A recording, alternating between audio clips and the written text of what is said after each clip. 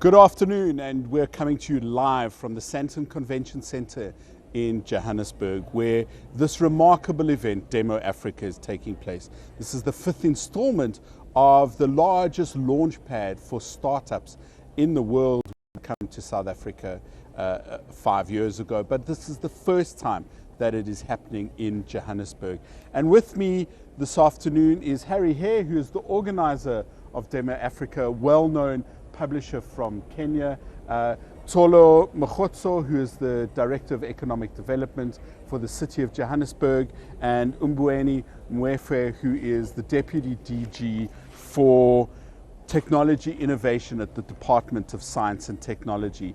And we're just going to be discussing one of the most pressing issues that happens around technology innovation in South Africa and in Africa in general, which is how do we keep African entrepreneurs in Africa? So often great startups launch here, but then they move off to more fertile and larger markets like North America or into Asia or into Europe, and they expand there. But what we're looking at is how do we take these remarkable young startup companies, these tech entrepreneurs who have great ideas, and keep them in Africa where they can solve the pressing problems, which is what they originally started their businesses to do. So we're going to speak to Harry, who has been watching the kind of quality of people in the Demo Africa environment. How do you think we tackle this key problem of keeping technology entrepreneurs in Africa? Thanks, Toby, for having me here. And I think from my perspective and looking at the different startups that we've engaged in and talking to them and listening to the reasons why they would move to, say, Silicon Valley or the US or to Europe, it's all economic.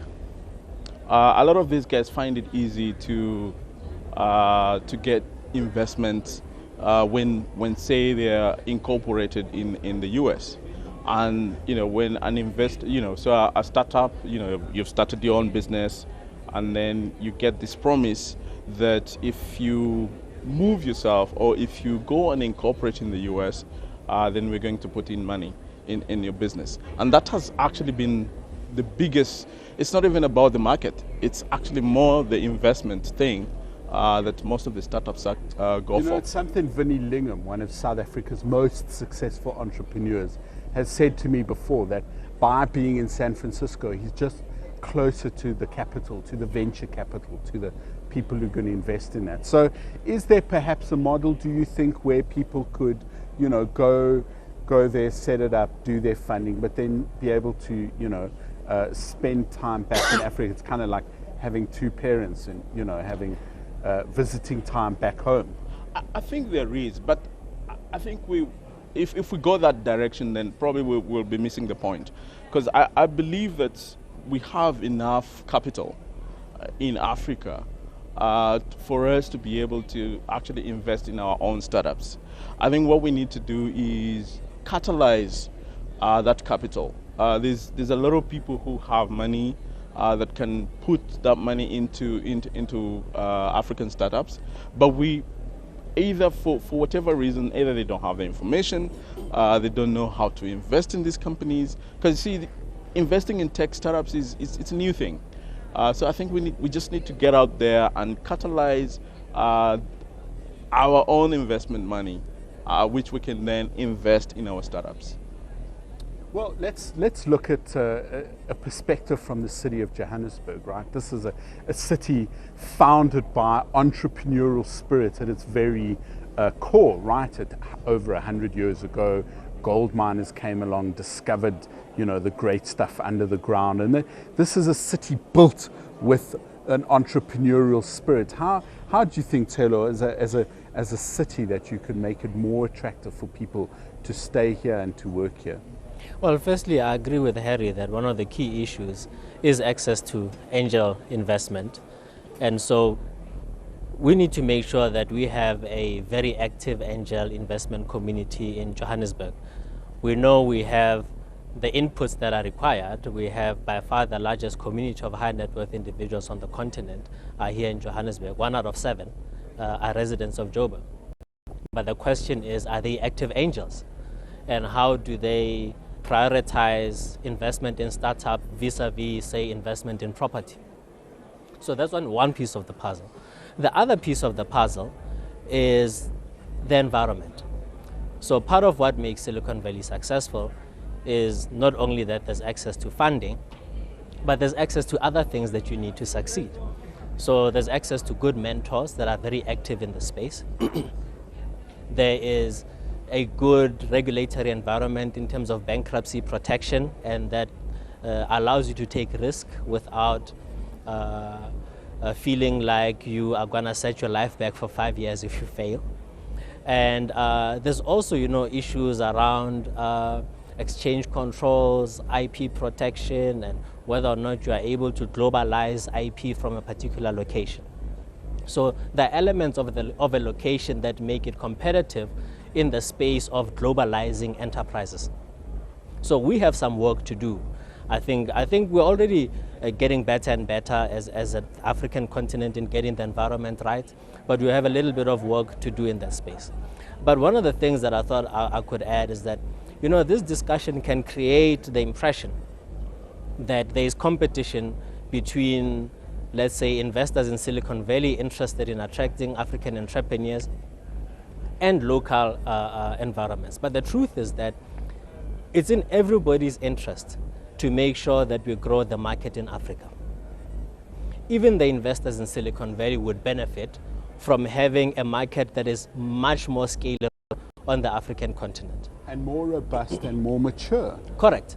So it's about having patient capital. So if we're a group of investors from Silicon Valley, we need to recognize that to grow the African economy and make it a bigger market for all of us, we have to be a little bit patient and allow some time for the enterprises in Africa to be seeded, to grow the economy, grow the market.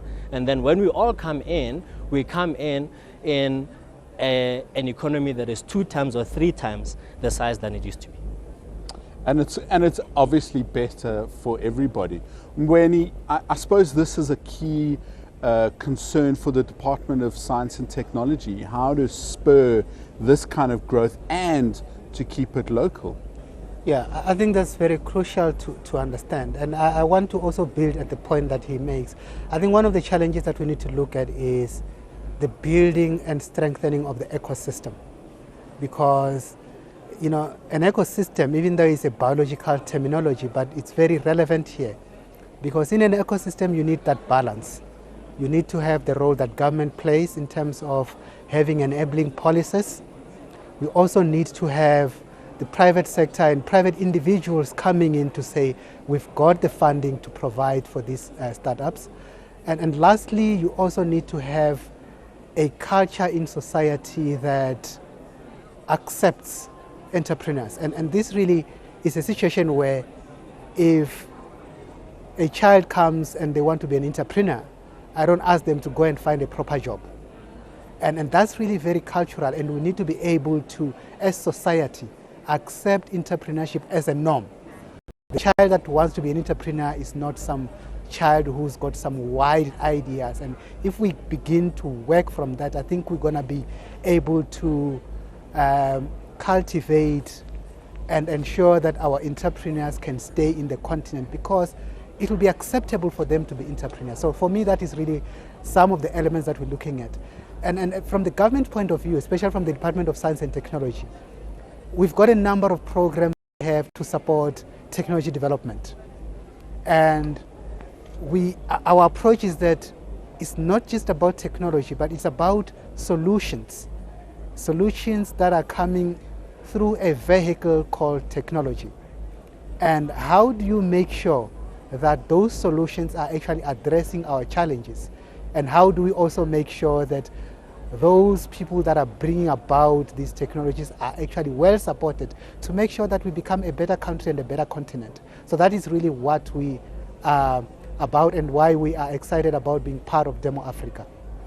Because it is, it is, to my mind, what definition we should be applying to innovation. Innovation is about solving real problems. And the problems that we have in Africa are the problems that we have all over the world. Access to electricity is the biggest problem that the world faces. In Africa, 500 million people have no access to electricity. That more people have a cell phone than access to electricity. The World Bank says it's 1.5 billion people around the world. So I'm sure when you're seeing those kinds of solutions come out, part of your portfolio is looking at energy. Yeah, and what we have seen is that when you develop solutions for a continent such as ours, you actually would have developed them for the continents that are like us, whether it's Asia, etc. But also you provide new innovative approaches to how the developed world does things. And we can really see, for example, what the innovations around M-Pesa has done. It's brought something that was completely not part of what you would have thought would come out of a developed economy, and Africa did that. And I think that's why, if we as Africa begin to support the development of new ideas, our ideas are indeed going to solve bigger global challenges. I have to agree, because M-Pesa is successful because if you want to send $5 to a family member who lives in a rural town in East Africa, in Kenya, there is no other mechanism. In South Africa, we have a sophisticated banking system, or more sophisticated. In North America, the same. One of my other examples of this spreading of a great African idea, Harry, from your own country, is BRIC. Designed originally as a very rugged way to solve Kenya's internet connectivity problems. It turns out they're the same problems people living in alpine villages in Switzerland or France, you'd imagine a very developed company, but they have similar kinds of problems, as do boat people living in harbors in Asia. So yet again, it's an African innovation that is being used around the world. Right. Yeah, that's very true. Because and sometimes as long as you want to use the internet, and if your electricity is not stable, BRIC, and it doesn't matter where you are in the whether you're in Africa or you're in Asia, it's as simple as that, and that's how I think Africa is a very good test bed for a lot of the innovations that are coming out. And when it works in Africa, actually it can work anywhere in the world. A case in point. That's a great line, right? If it works in the worst circumstances, it's going to work in better ones. Yeah, it can. And a case in point for me, like in this particular demo, is a company like Strauss Energy, where these guys are telling you, let's remove your roof. Your tiles, roof tiles, we'll replace them with our tiles, which are solar panels, basically. They look more beautiful than your normal roof tiles, and you'll never pay for electricity ever again. Look at that promise. It's a great promise, and in fact, it comes in the same week that Elon Musk, who's a South African doing very well abroad, has announced exactly the same kind of technology and initiative with his company in the state Solar City. So once again, it turns out we're ahead of the curve, isn't it? I think we are. That's correct. And I think you would be surprised how many Africans are at the heart of many of the innovative businesses that are to be found all over the world and in Silicon Valley. And there's a clear recognition globally, I think, that there's a lot of talent to be had in Africa. What we need to do is to make sure that us as Africans, we understand what it means and what it's going to take for us as Africans to invest in that talent and to keep it here. There's also sometimes we need to also understand the context in which many of these enterprises operate, and to perhaps be willing to understand what it means to scale up in an environment where the economic infrastructure is different. Yes. Than in other places. So in some instances, because of infrastructure issues are not really like real market potential, the scaling up can be a slightly longer term process than you would normally see. So if you're an investor, rather than looking at a term where you're looking to exit in 2 years, you may have to look at 3 to 4 years. So those sorts of dynamics are also very important to understand in order for us to extract as much of the value from these startups as we can. I mean, I suppose a very good example of that, based and formed in Johannesburg, is something like Gustav Prekelt and his Prekelt Foundation, and the kind of very smart work they do with messaging, SMS messaging, the ability to give mothers information about the growth of their child, and then once the child is born, information around that, and that by being in Africa, they are continuously exposed to how the market evolves and how the messaging evolves. We can move beyond SMS into other forms of communicating with mothers. Do you agree? Correct, yeah. And sometimes when you're patient in how you develop your market, you can reap really massive rewards. And there's sometimes also, because in Africa, what happens a lot is that a lot of the products that are introduced and that are developed and that a lot of the enterprises develop are solving real world problems. So they're not lifestyle solutions. And because they're not lifestyle solutions, they're solving deep problems. The development curve sometimes takes a little bit longer before you get a really, really successful product compared to, for example, something that is just helping to entertain me or to help me to interact with my friends, where the learning curve is really not as steep as it would be in developing a power solution in a rural environment, for example. And I suppose, Mbweni, one of the great ways to enable this are the tech hubs, right? Get everybody with a good idea in the same place and get them to network. That's exactly the point. And I think one of the things that we need to also think about is, instead of lamenting brain drain, we also need to learn to harness those that have left, that might have made it to Silicon Valley, to say, how do we begin to embrace the concept of brain circulation? Where we're saying, you guys have been there, you've done that, you have seen it all.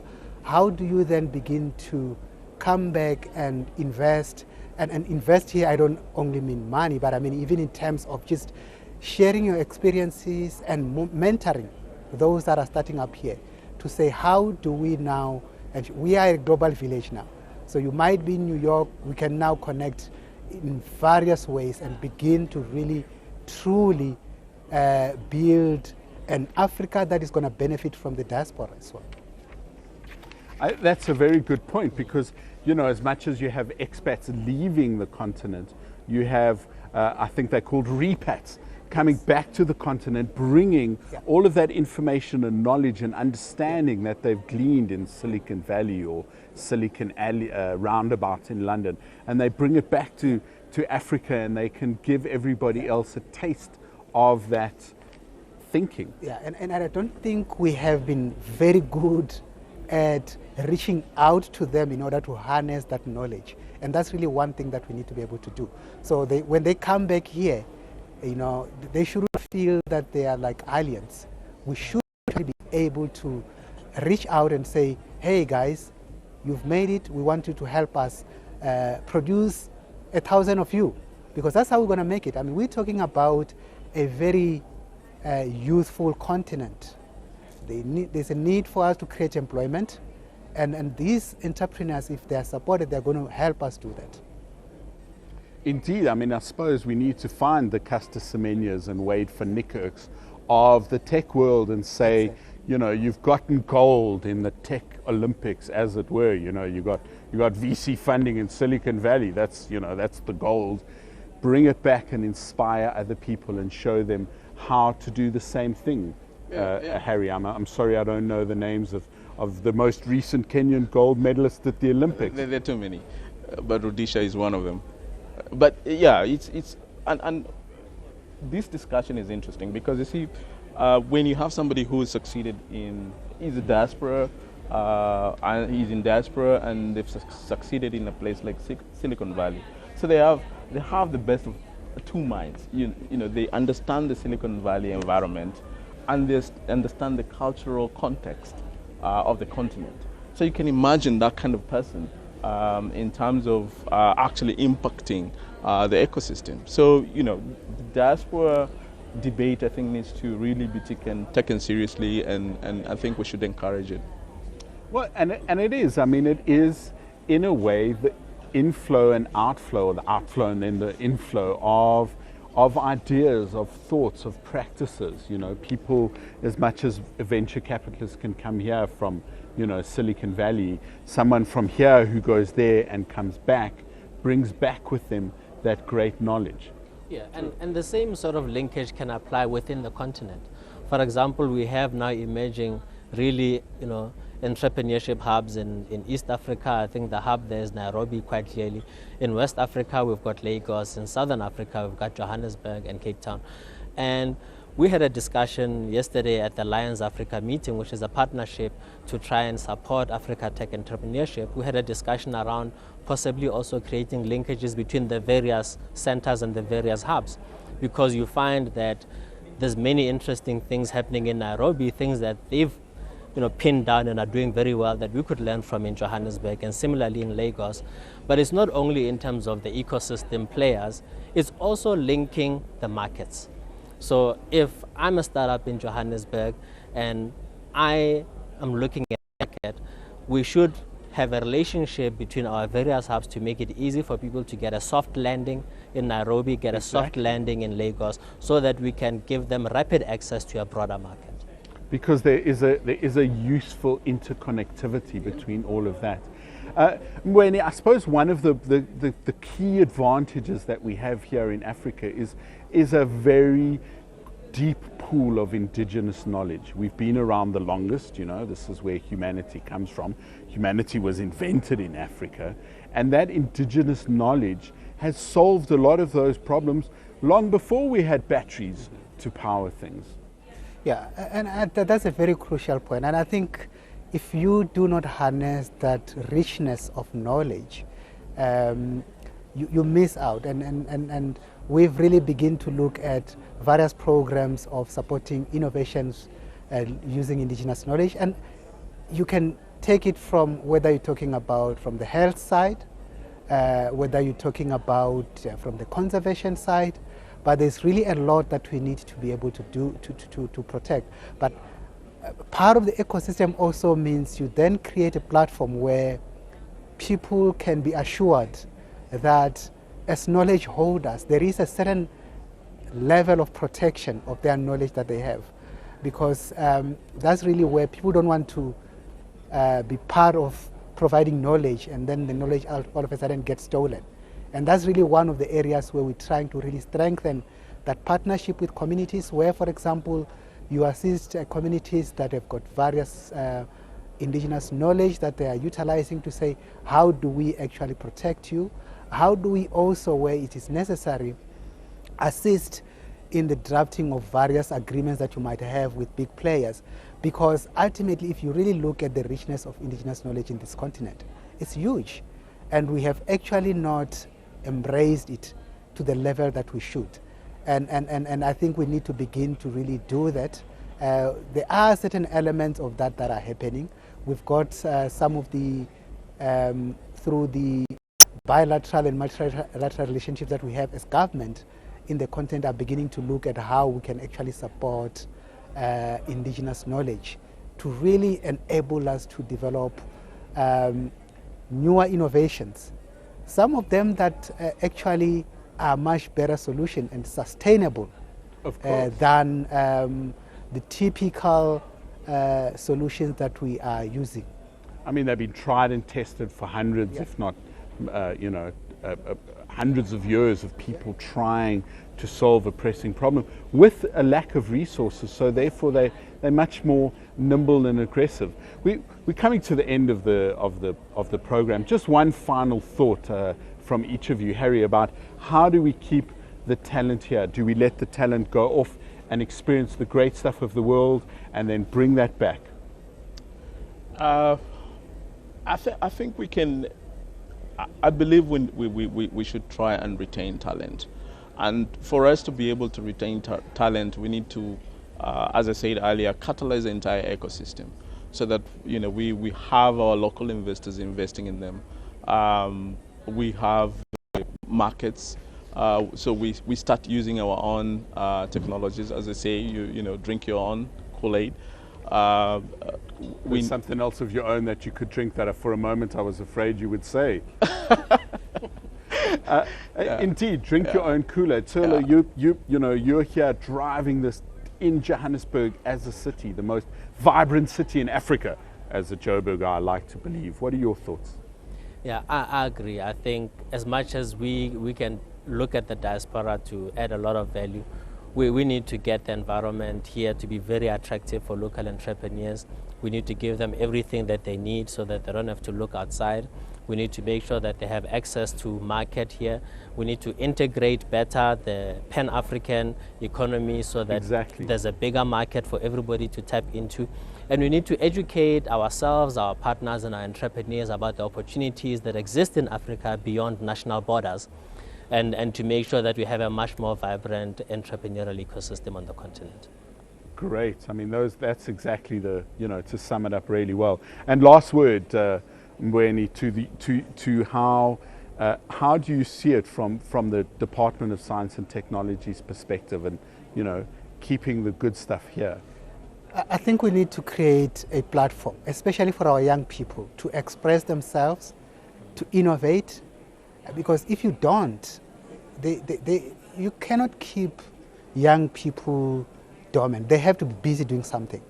And if you create a platform for them to be innovative, to be creative, I mean, Demo Africa is one of such platforms. And we didn't have many of these kind of platforms, and we need to create more so that they can come out there and shine and develop solutions. That way, in my view, we will be able to make sure that they are kept here. You know, we all know in terms of how we bring up our kids, that if you don't give them an audience, they will try and find it somewhere. It might not be in the way that you want, but they will find it. And I say, as Africa, we need to create a platform for young people to be innovative, to be creative, and we need to support them. Then our continent will move forward. Great stuff. Well, there you have it from three of the wise men looking at how to keep African entrepreneurs in Africa. Thank you very much, gentlemen, for your contribution to a lively debate about what is a pressing issue, as Demo Africa demonstrates how technology entrepreneurs in Africa are so sought after around the world. You've been watching CNBC Africa live from the Sandton Convention Center in Johannesburg. Goodbye.